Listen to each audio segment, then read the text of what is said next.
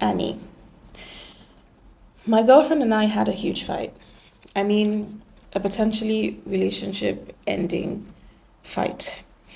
I'm not proud of how I behaved and some of the things I did and said to her during the fight. Excuse me. We haven't spoken to each other in over 7 months, but she never officially broke up with me, neither did I with her. We just sort of drifted off silently away from each other. There was so much pressure on both of us because of the relationship. She feels like some people in my family don't really like. Triggered.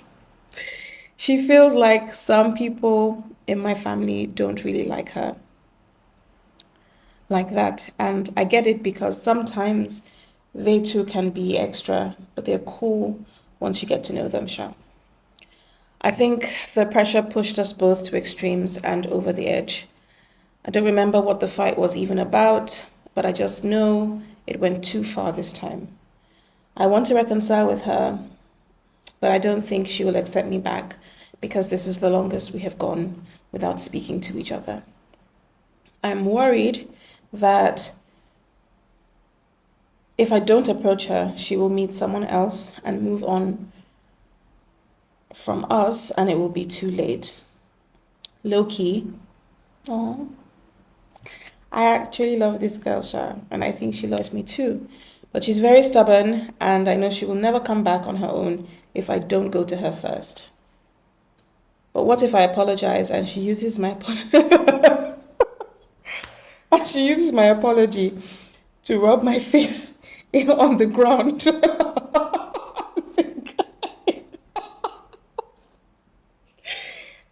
As a guy, you know that's just not acceptable. Also, so many rubbish things were said in the aftermath of the fight that if we get back together, people will think I am mad after swearing heaven and hell that she was wrong and I was done with her for good. I'm not sure how to handle this mess. LOL. You shouldn't be LOLing. Should I just call her one on one and just quietly squash the beef and then we can start over? That's our story for today. Let's get into the talking points. Does she like me? Was that a date or a hang? Is she single? Wait, what are we? Is it too soon to say I love you? Should I call him now or should I just wait? Maybe I should wait. Wait, should I let her go? Why did he just ghost me like that? Wait, can't we work it out? Is he an F-boy? Is she toxic? We hooked up. Why is he saying we're just friends? Let's face it. Relationships are the best thing when they work and a nightmare when they flop. You're recklessly giddy when Cupid's arrow sticks you in the ass and a nervous, pain-filled wreck when he comes to take his love away. There's hardly anyone who cannot relate to the dizzying highs and debilitating lows of relationships. We are naturally wired for connection, so when that's messed with, it can make us feel crazy. Enter BamBAEzled. On this show, we help you figure out if you are being bamboozled by your bae. That's it. Nothing else, nothing fancy, just a real, raw, honest to heavens, and hopefully helpful take on the best to the worst of relationships and everything on the spectrum in between. No topic is off limits, no situation is too taboo or embarrassing. Give us everything. So, if you're wondering if you're being bamboozled by your bae, don't walk, run here. This is your new home. I am your new bestie, and I've got you. Now, let's figure out if you're being BamBAEzled.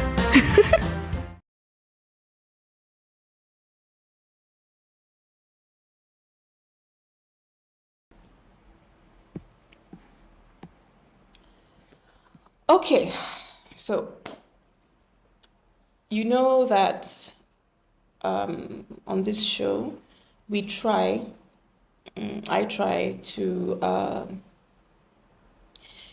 look for perspectives that are not what you would just regularly find on the surface of the problem or surface of the topic. What I'm hoping that we can achieve with this show is to teach us to go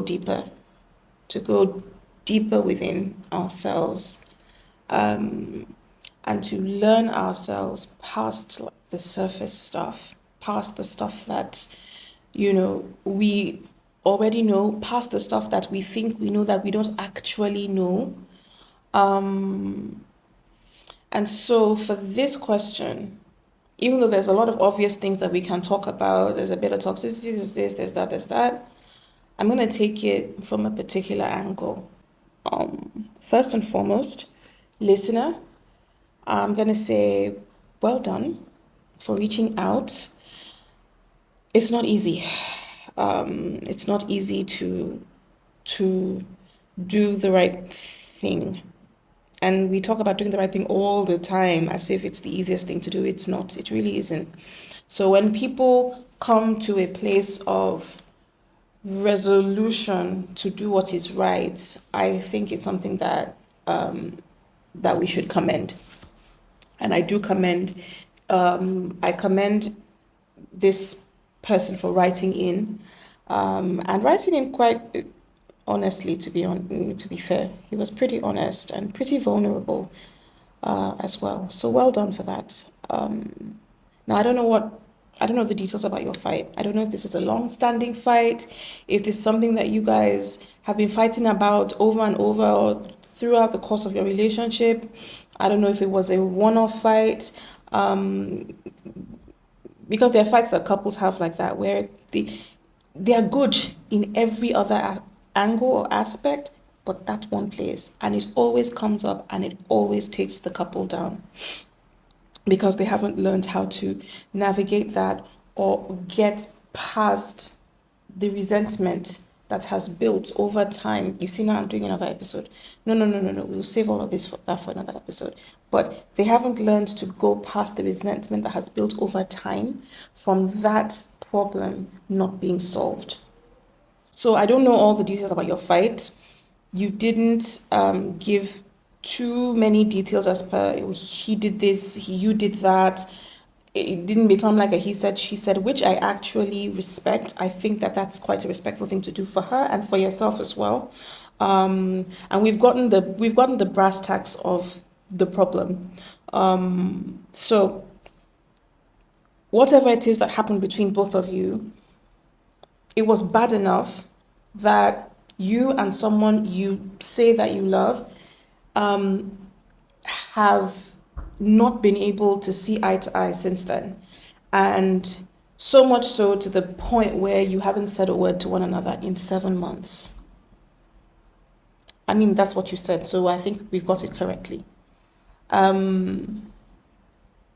say this about that 7 months part. I'm not gonna tell you to go and talk to her or not, but I will say that the ego is a very funny little devil. And you usually don't put funny and devil in the same sentence, because they are diametrical opposites. But it's funny because when the ego devil is leading us and pushing us to do things, it looks like we're doing the right thing. It looks like we are correct. It looks like we're standing on business. It looks like we're respecting ourselves. It looks like, we are matching people's energy, whatever you want to call it. But when the consequence of losing someone you love, or losing a job, or falling out with everybody in your office, or hurting your family so deeply, when the consequence of the action comes, that's when you realize that the ego is the devil.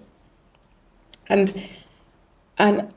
you need to Satan begone the ego if you can. That's my advice. It's not as if I've even figured out how to do it fully myself, but that's one thing that I am actively working on as a person, because it just doesn't do you any good. I'm telling you.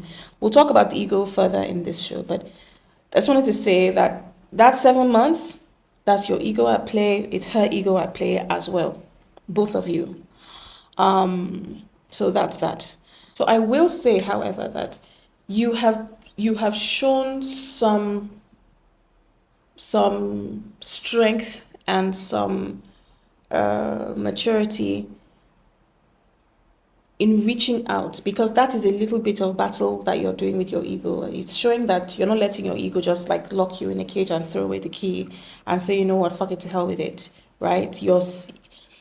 That you're trying to do something about it. Whether this is going to help you or not, it shows that you care more than you fear. Does that make sense? Because the ego is fear-based. I'm just saying. So well done for that. Now, I'm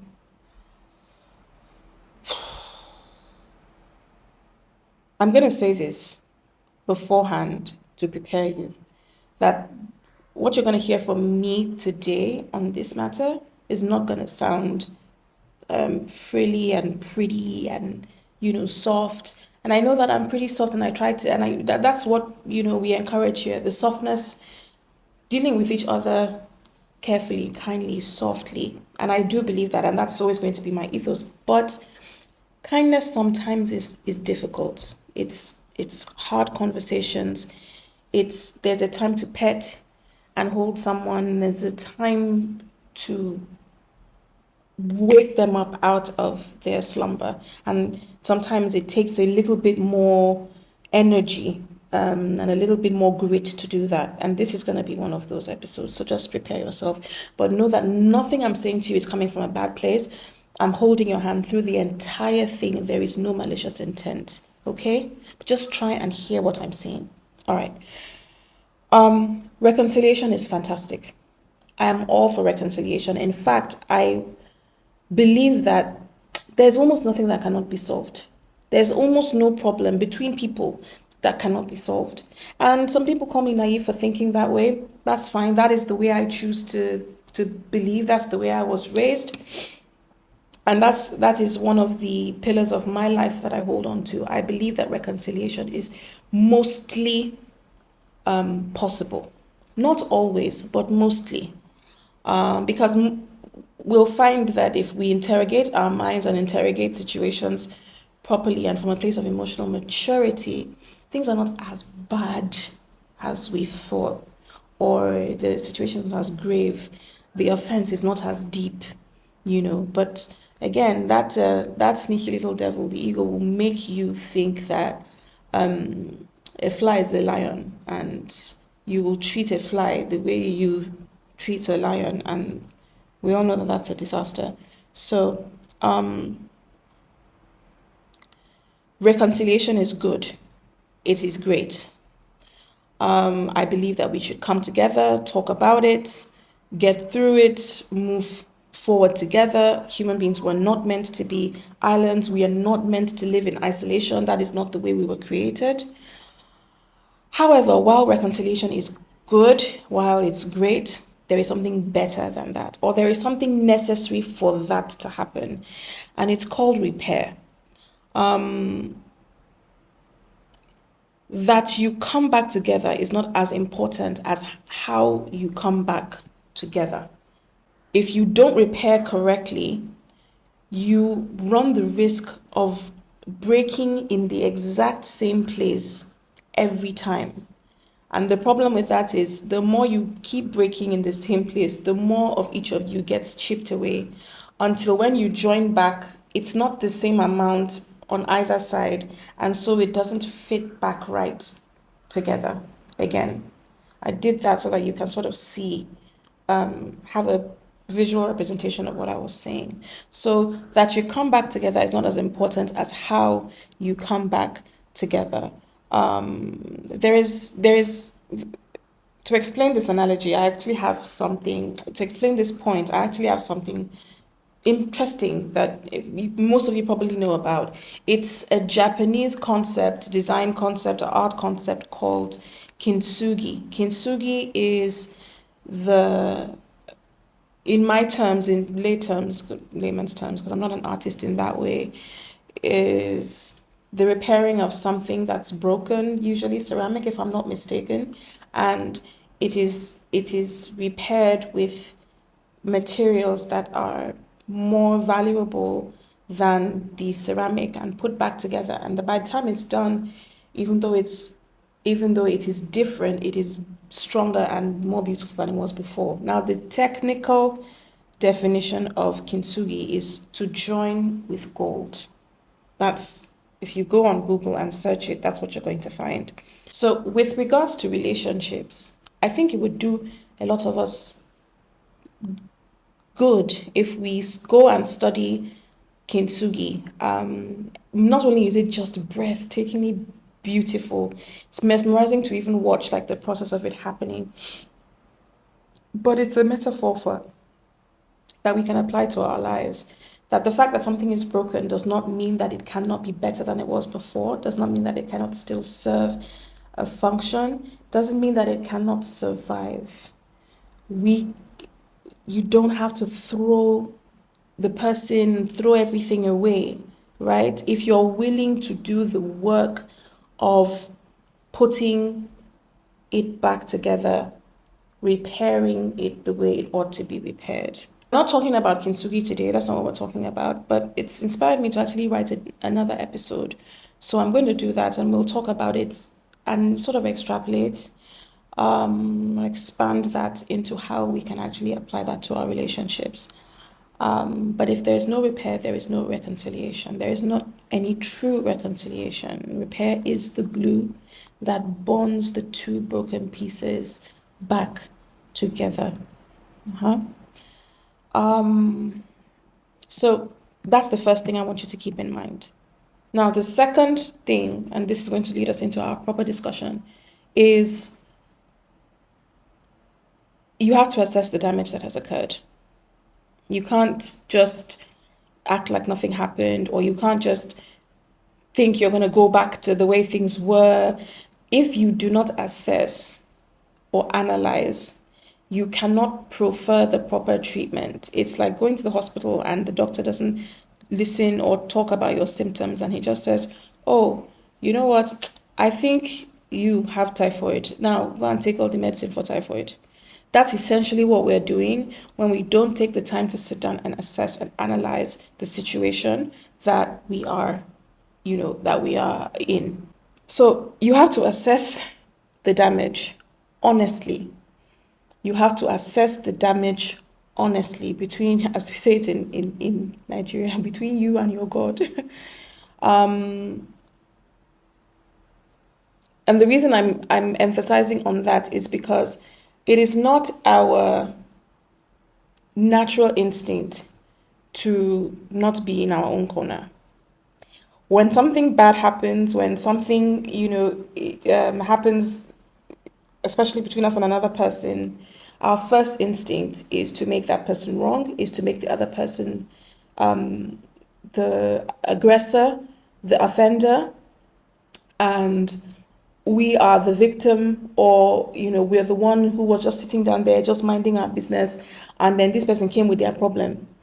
You're not a bad person for doing that. It is your instinct for self-preservation that's pushing you to do that. But emotional maturity will have you, it's the voice that talks back to that primitive self-preservation mechanism that its only concern is to protect and preserve your life, and it will at least slow it down enough for you to analyze where the danger is, right? So when emotional maturity steps on the scene, it's like kryptonite to the ego. You are able to put yourself in another person's shoes. You can go against your natural human instinct to self-preserve and see the situation for what it really is. It's when your mind tells you, no, it's them. Emotional maturity will tell the primitive instinct in your mind, no. Let's assess and see where the danger actually is. Sometimes when we are honest, we'll find that the danger is us, right? You need to be able to look at yourself to do that. That's not something that just comes to us naturally. You need to take time and introspect, learn how to be self-aware, learn how to take accountability for your behavior, and learn how to look at yourself properly. Over time, not just in one situation. So you are great in this situation, therefore that means you are great forever and ever. That's not true. You need to look at yourself over a period of time, how you consistently show up, what your pattern is, the way you assess things, the way you show up in life, the way you process information, the way you interpret things, the actions you take based on your interpretations, the way you respond, all of those things. Many of us can't actually look at ourselves. And I'm telling you, it's a scary thing. That's why a lot of us don't want to do it. But the earlier you do, the better quality of life you'll have. And it's just facts. You are able to look at yourself honestly and tell your mind when it is trying to protect you and say, no, no, no, no, no. I know that you're trying to protect me, but I was wrong. Your mind's going to be like, no, no, no, no, no, no, no, no. And then you tell your mind, listen, I know that you're trying to protect me, but part of your job to protect me is to notice where there is danger. Even if that danger is us. Because we can't only protect ourselves from the outside. We are responsible for protecting ourselves from ourselves as well. Unfortunately, that's where talk of personality disorders and things like that come into the chat room because they're unable to do that. And they're not only unwilling, some of them are actually unable to do that. And so in their minds, in their world, they're right. When they're wrong, they're right. When they're right, they're right. And they're not able to grow past a certain level of mental and emotional maturity because of that sort of fail safe that goes off in the face of shame and in the face of them facing what it is that they've done.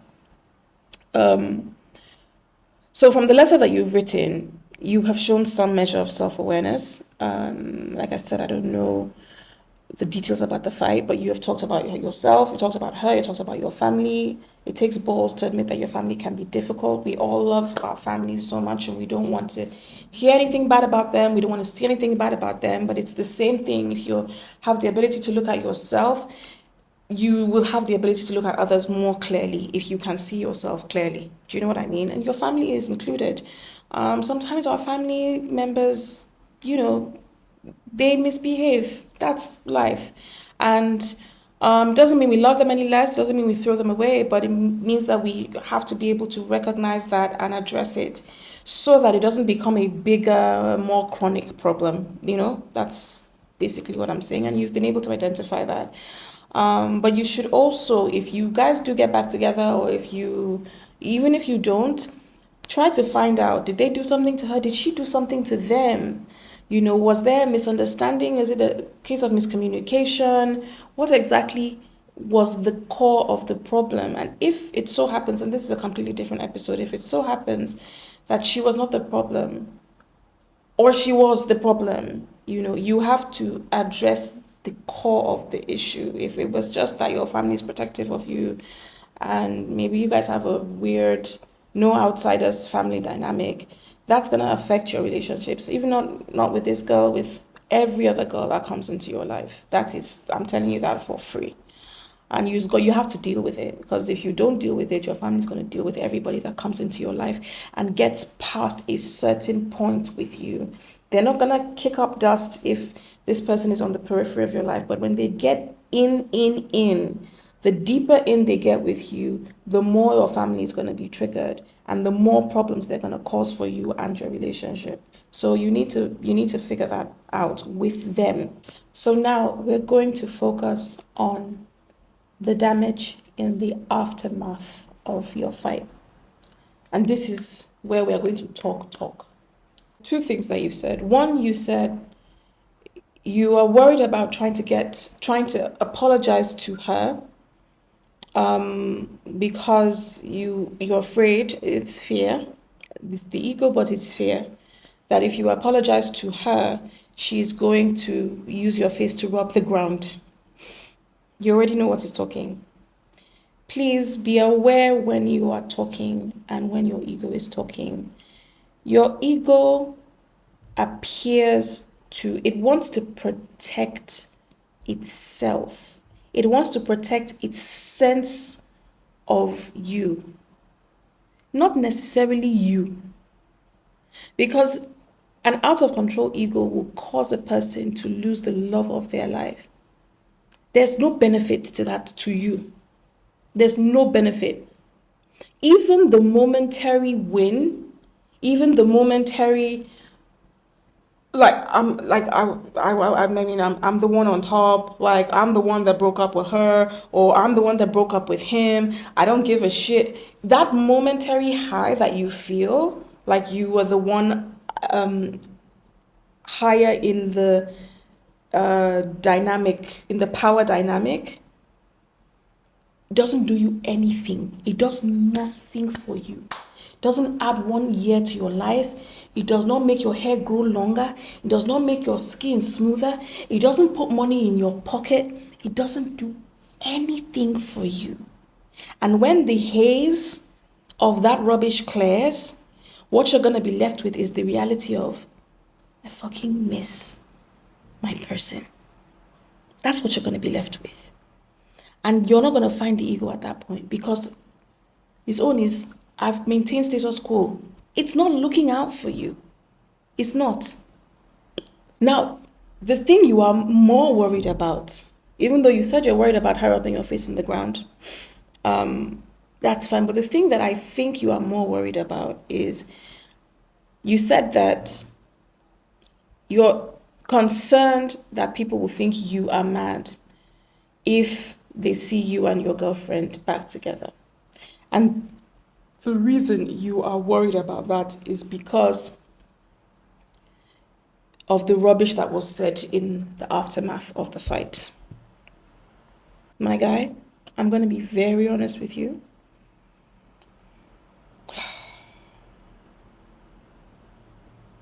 See, we all get angry. All of us. Anybody that tells you they don't get angry is a liar, a bad one, and you really don't want to have anything to do with that person because they are lying already. But the problem with their own lying is that if they don't even know when they are lying, right?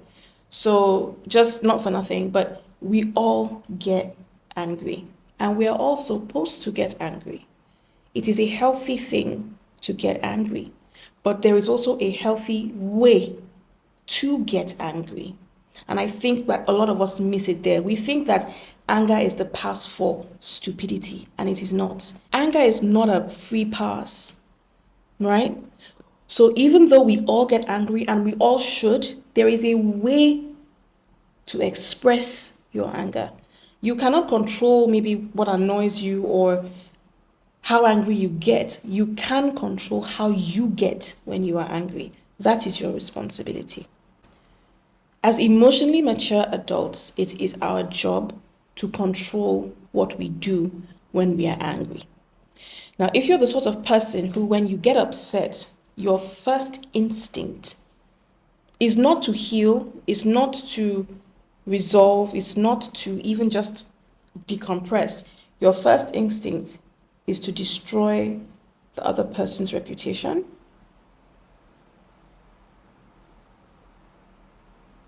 It's not good. It's not right.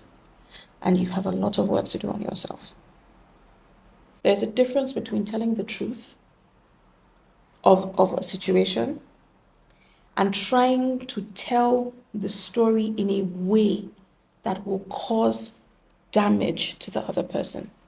There is a blatant difference. And you cannot, you should not justify destroying another person by saying, I'm just honest, I'm just an honest person, I'm just telling the truth. There's a way you can tell the truth and spare the human being. You'll tell the truth of the situation, but you will not destroy the human being's character or reputation. That is an emotionally abusive act. And it is not right. So it comes from a place of, hey, listen, I'm hurt and you hurt me. In my estimation, my mind is telling me that the reason I'm hurt is because of you. And since you hurt me, I am going to hurt you. Now, I might not be able to come at you the way you came at me, but I'm going to come at you some other way. And that is by tearing down your reputation. I'm going to make people hate you. I'm going to make you look bad to other people.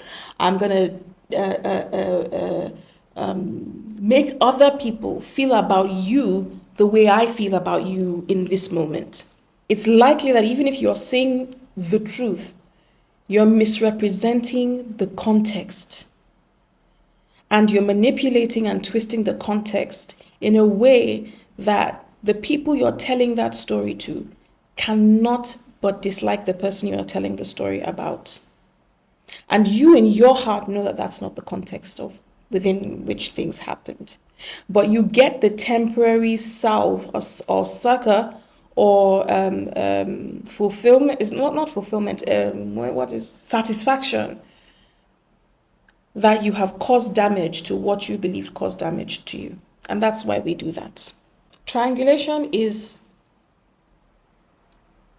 an emotionally abusive or manipulative tactic where one person maintains the control of the narrative by being at the apex of the triangle, essentially, of communication. So you have this one person here, right there, and they feed information, the information that they want to this party and the information they want to this party. And this part, God, my triangle is weird AF. And this part, where this party and this party connect, is determined solely by the information that they got here. Now, you would be wondering why this person and this person cannot get along. And you won't know that it is because the information that came to them from the top were two different things, and it's affecting their connection down here. That is, in very, very layman's terms, what triangulation is. I go and I tell this person this one account. I tell the other person another account. This other person a different account. I'm controlling, it's like puppeteering. So no one person has the full, genuine account of the story. They all have bits and pieces. The bits and pieces that make you look good, right? Like the victim. So that's the thing. So with triangulation now, this you are either the victim, the sad, sorry victim. You are the good person, or you are the savior. To another person, you are the savior. To another person, you're the good person. To another person, you're this sad, sorry victim. To another person, you are the freedom fighter that was trying to do right. To another person, you are the hero. To another, but none of these people in the account of the story you tell, in none of them are you the bad guy. But depending on who you're talking to and how you studied them, you know what they are most inclined to sympathize with. So a protector would sympathize with a victim. A strong person would sympathize with a hero. Do you understand what I'm saying? So that's triangulation essentially. And it makes it impossible for people to navigate the waters of relationships smoothly because they are never, ever, ever on the same page. No matter how good the intentions of each person in that triangle are, they will never be on the same page because they are not reading the same book, because the person doing the triangulation has ripped out pages from each of the books. So they all have different versions of the story. So I'll just say be wary, or at least be observant when a person is never wrong in any of their stories that they tell you. They fought with this person, that person was wrong. They fought with this person, that person was wrong. They fought with another person, that person was the bad guy. They fought with this person, that person was a user. They fought with another person, that person was a narcissist. They fought with this person, that person was stupid. They fought with this person, that other. All the people in their stories are the bad guys. They are not. You need to be wary of that because we are never ever always correct. There is a time, even if it is once, that you will be in the wrong, that you will be the villain. And you want to be the sort of person who can recognize when you're the villain, just so that you can be balanced and accountable. That's actually what accountability is. So you said hurtful things about your madam, your girlfriend.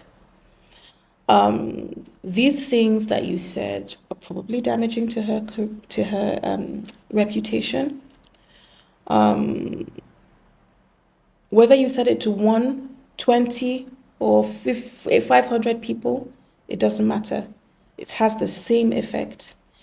Is that you said damaging things about your person to other people. It's a trust issue. That is a trust boundary has been violated because you took your person and in your anger handed them over to outsiders. And when I say outsiders, in the context of a relationship, a romantic relationship, everybody except the two of you are outsiders. Not in a bad way, but everyone outside of the people in the relationship are outsiders. So your mother is an outsider, her father is an outsider, your siblings are outsiders, her siblings are outsiders. Because there is a certain part of the relationship that must remain sacred and untouched by any external factor. The only people allowed in that court are you and your person. And it takes knowledge, understanding, wisdom, patience, sacrifice, so much to build that inner sanctum that is the safe place of your relationship.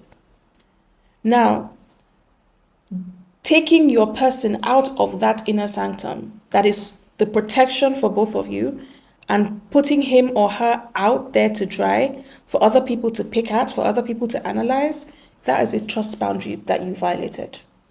That's a trust boundary that you violated. And I need to tell you that, to be honest, right? Now, that being said,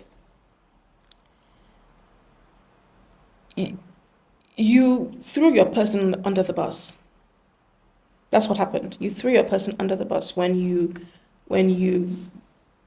broke the trust boundary by talking shit about your girlfriend or talking shit about your person or boyfriend to other people because you were upset. And that was a public act. That was a public act. It's out of the inner sanctum, therefore it is now out in the public. This is what if you take nothing else away from this is what I want you to take away from today's episode. Do not try to fix in the dark what you destroyed in the light. Don't try to do that. That is bottom barrel behavior.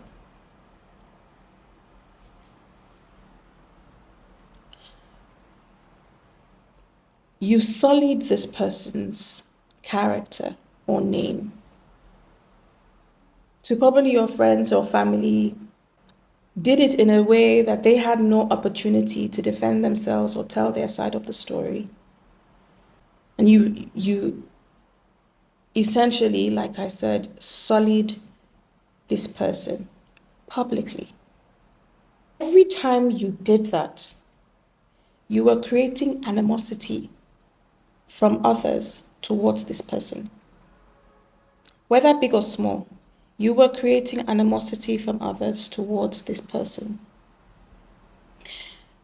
Now, while it is good that you want to reconcile, while it is good that you want to get back together with her,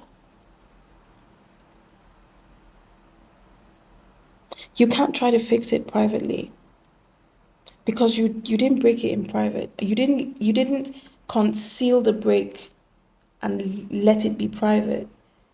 You broke it in public by talking shit about her. Now, let me tell you why this is important. It is important because If I tell you that I've got a stalker, right? Oh, someone is stalking me, someone is stalking me, someone is stalking me. And we've done everything that we can to protect you from this stalker that you have. Meanwhile, in actual fact, your stalker is someone that you actually like. Then one day, I come home, me that you come home, and me that you've been trying to protect because I've triangulated you and made you think that this person is a stalker. Meanwhile, they're actually my boyfriend. And you meet this person, my stalker, we're arms intertwined, legs intertwined, we're kissing, we're making out, we're chilling, we're just sitting together in peace. Won't you call me and say, but wait, is that not your stalker? Blink twice if you're in danger. Or, but I thought this person was your stalker. How can they be stalking you, but you are also like chilling together?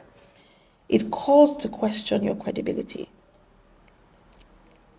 Because the information that they have is still the information that you had given them, the negative information that you had given them.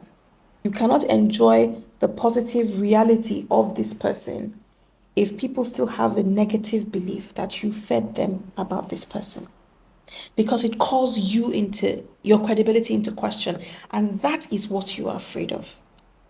Because unless you want to continue lying and say, she's a witch and I was sitting down in this house and she appeared here, which we know is not true. Or she lied, she told me she was going to off herself if I didn't let her into the house. You are setting yourself up for trouble either ways. You're going to have to keep lying to enjoy the presence of this person. If you don't correct the impression you gave or made of this person, you're going to have to keep lying to keep them in your life, which actually is just tiring and draining. I mean, fuel is 1,200 naira a liter. We have enough problems. Or your credibility is going to be called into question. That is why it is important. You go to the quarters where you caused the damage of this person's reputation or name and you say, listen, yeah, me and this person had issues. We had a big fight or whatever. I was upset at the time that I was talking about it. And because I was upset, I wasn't thinking clearly. And because I wasn't thinking clearly, I wasn't seeing things clearly. And it is possible, or not that it is possible, and I misrepresented some of the information that I gave to you. Now, you only do this if you have to get back together with your girlfriend. If you can live without her and you want to live, want to preserve your own credibility, that's up to you. But I'm telling you that if you love this girl and you want to be with her, this is what I would advise. You need to do right by her, because when you love someone, you do right by them. When you love a person, you do right by them. Now, she wasn't there when you were talking shit about her. She wasn't there when you were saying all the things you were saying. So she shouldn't bear the responsibility of explaining to people how you guys got back together or what happened. You have to do that on your own before approaching her, before trying to step back into her life, and before trying to bring her back into your world. That's the responsible, decent, honorable thing to do. And if you have decent, respectable, honorable people, they'll understand when you tell them, I messed up because I was angry and I said stupid shit and I fucked up and I'm sorry. And I love her and I want her back and I'm going to go get her. That's it. You've done everything that you need to do. So, no, I don't advise that you quietly call her and squash the beef with her to get back together. You can do that to make amends. You can do that to make peace. You can do that to say you're sorry. But I don't think you should do that to say, okay, this is my apology, let's get back together, when you haven't corrected the impression that you have created about her in corners or quarters where she wasn't aware, will never be aware of, will probably never have the chance to disprove or give her own account of, things. I don't know. I just think that's just like it's like a wormy move to make. And we're not trying to be worms, we're trying to be better people. So I told you that it's not going to be the softest landing, but you will land on your feet. And know that we are supporting you, and we are rooting for you, and we want the best for you. And that we hope that you and her can work it out. But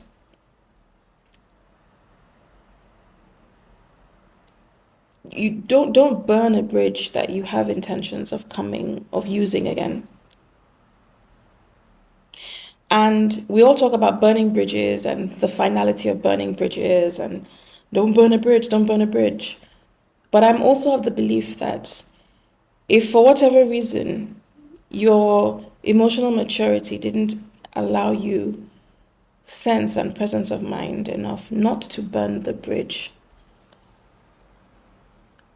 I believe that you can rebuild a bridge. It's not going to look like the bridge that was there before.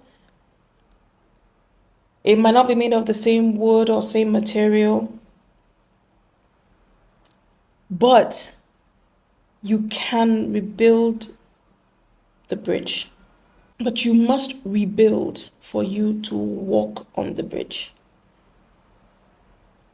You must repair for you to reconcile.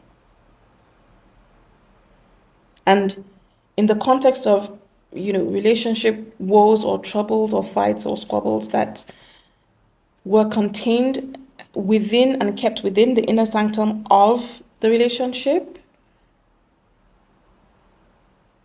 repairing looks very different from when it was taken out of that inner sanctum and put in the public or put in the hands of others for them to dissect and for them to decide upon. Because you took the decision of your relationship, of what your relationship is, should be, and all of that, out of your own hands and out of your partner's hands, and you put them in the hands of other people. People who have not had the same experience of your relationship, people who do not know her as well as you know her, people who do not know him as well as you know him, because this goes both ways. It applies to women as well, because women do this. We get angry, we talk shit.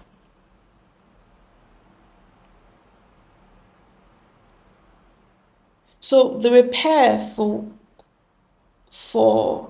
when you carried yourself and your person and delivered yourselves into the hands of other people, the repair for that it looks different. It's quite different from just an apology. It's quite different from sending gifts. It's quite different from just expecting this person to get back together with you because you are now ready to get back with them. There is something that must be done first, and that is you must build the bridge that you burnt. Otherwise, how are you going to walk across it? Are you going to fly? We don't have the ability to fly. So you have to build. And building takes time. Building takes consistency. Building takes showing up. Building takes being there. Building takes unlearning harmful coping mechanisms and behaviors. Building means learning new coping mechanisms, and behaviors. Building is work. So ask yourself honestly, can I do the work? Can I do the work that is required to have this person that I so desperately want and love? Or can I not do it? And listen, if you can't do it, don't start.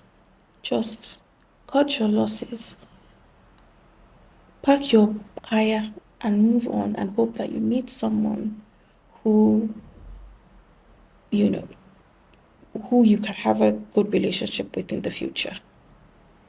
Right? But if you say it is this person, then don't expect that you're not going to have to do some work to get them back.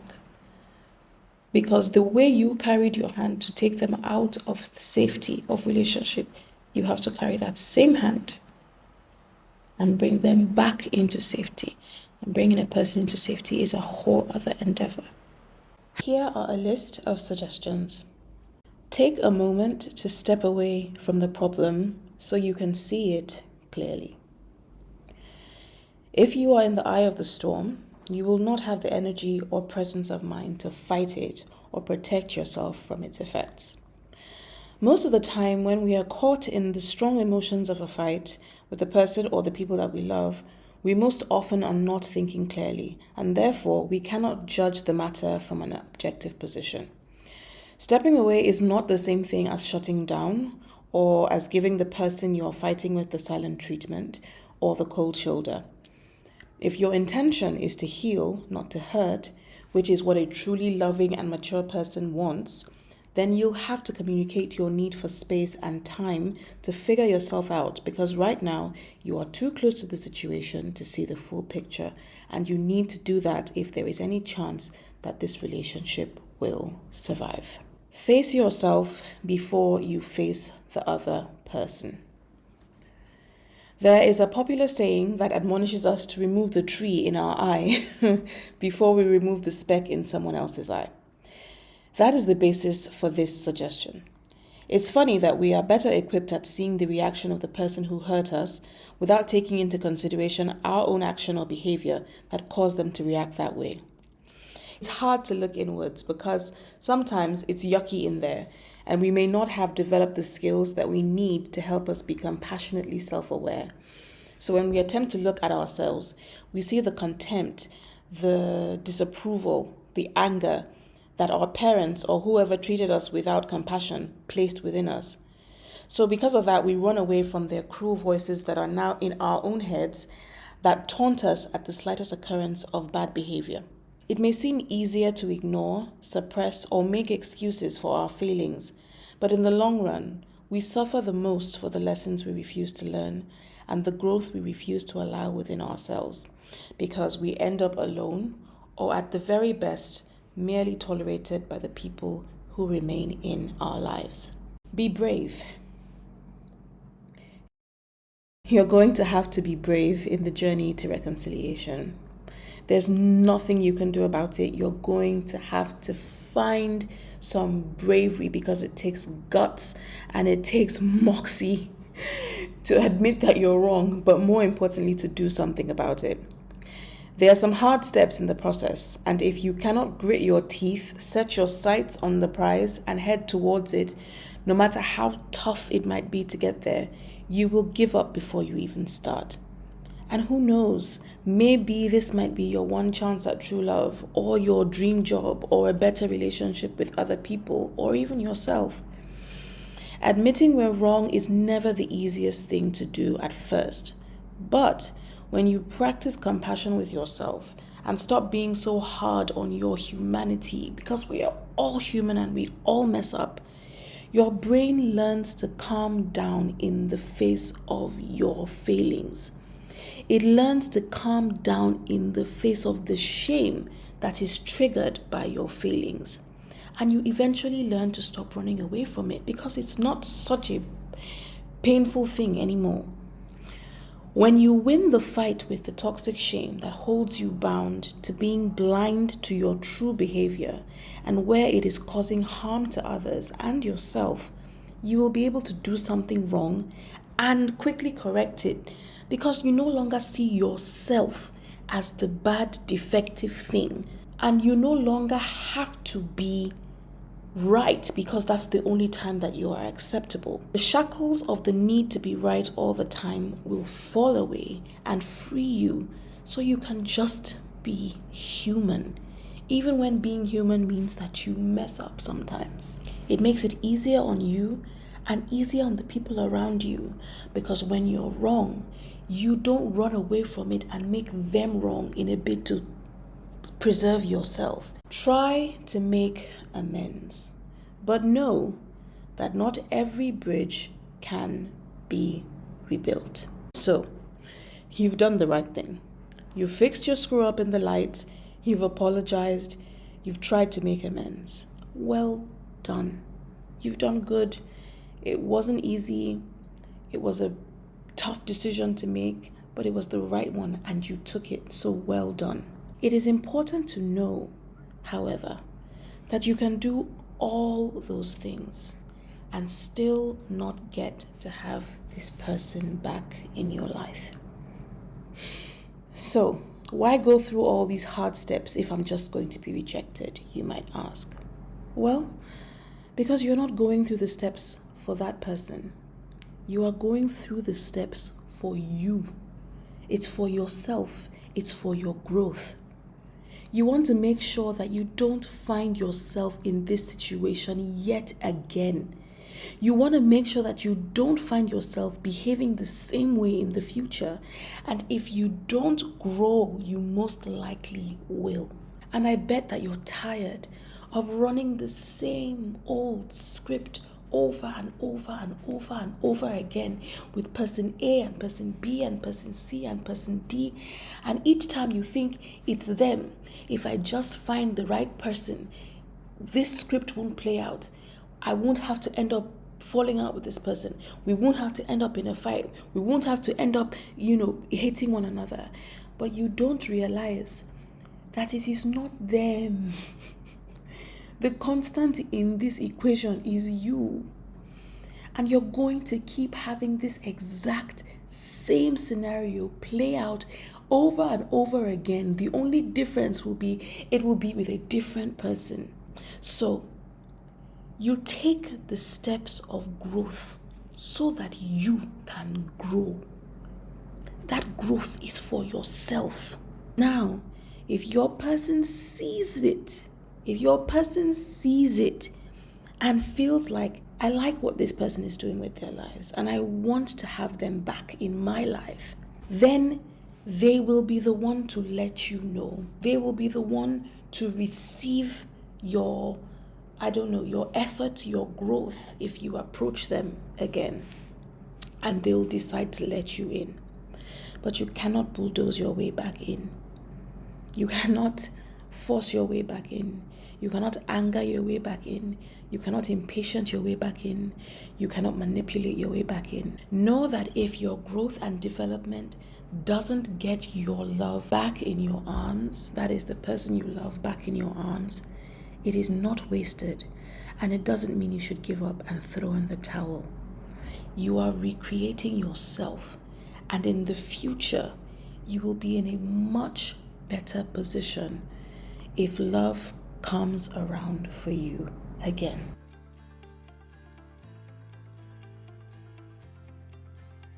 Thank you for joining us today on today's episode.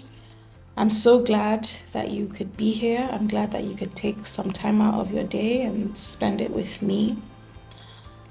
And I hope that, to the person who wrote in, it was a bit hard, I know, but at the end of the day, you want advice that is useful to you, not just stuff that you want to hear, because I bet that for you to get to the extent that you have to write to a stranger, you've already gotten many different accounts, or many different bits of advice, and it's not doing what you need it to do. So maybe this might help. Again, I say that the takes on this show are my personal opinion. You are under no obligation to do anything that I say here. It's just my thoughts. It's just the way that I see things. It is not a replacement for medical, an alternative for professional medical advice, and you shouldn't treat it as such. But if you decide that this is the way you want to go, then these are the things I can advise that might help make your endeavor more successful or give it a better chance of succeeding. Yeah? All right. Thank you all so much. I hope that the thoughts that we shared on today's episode can be helpful and useful to you in some way. If you have a story and you want to know if you are bamboozling or being bamboozled by your bae, please write to us at BamBAEzled@gmail.com. BamBAEzled is spelled as BamBAEzled @gmail.com. If you have questions about today's episode or takes that you would like to share, please write to us. Every single story that you send in will be treated with the utmost respect for your vulnerability and your privacy. I will read them personally. And every writer or viewer or story that comes in, you will remain anonymous. You have my word on that. And I guarantee that we will figure out a way to feature you on the show and find an answer, a solution to the problem, the question, or the story. All right, you know what time it is. Sign off with me. In life, we can always do better or we can do worse. Let's try to find ourselves in the former more than we are in the latter. Stay safe out there in these relationship streets and make sure that you are not bamboozling or being bamboozled by your bae. I'll see you again in the next episode. And until then, let love